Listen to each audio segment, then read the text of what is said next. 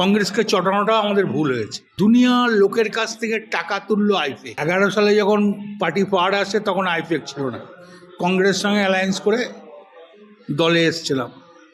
কংগ্রেসকে চটানোটাও আমাদের ভুল হয়েছে, কিন্তু কে কার কথা শুনে। তারপর 14তেও আইপেক ছিল না, 16তেও আইপেক ছিল না, 1900ও আইপেক ছিল না। তাহলে আইপেককে প্রয়োজন হলো কেন? আজ ভরা ডুবি হলো আইপেক, মিসগাইড করলো আইপেক, দুনিয়ার লোকের কাছ থেকে টাকা তুললো আইপেক। এমন কোনো লোকের কাছে নাই যে টাকা তুলে নেয়। পঞ্চায়েত ইলেকশনের টাকা তুলেছে, মিউনিসিপ্যালিটি ইলেকশনের টাকা তুলেছে, তোমার আমাদের কি বলবো, এই তোকে জেলা প্রেসিডেন্ট রেখে, তোকে বুথ প্রেসিডেন্ট রেখে দেবো, তোকে অঞ্চল প্রেসিডেন্ট রেখে দেবো, তোকে কমিটিতে রেখে দেবো, টাকা দে, এইভাবে টাকা তুলেছে।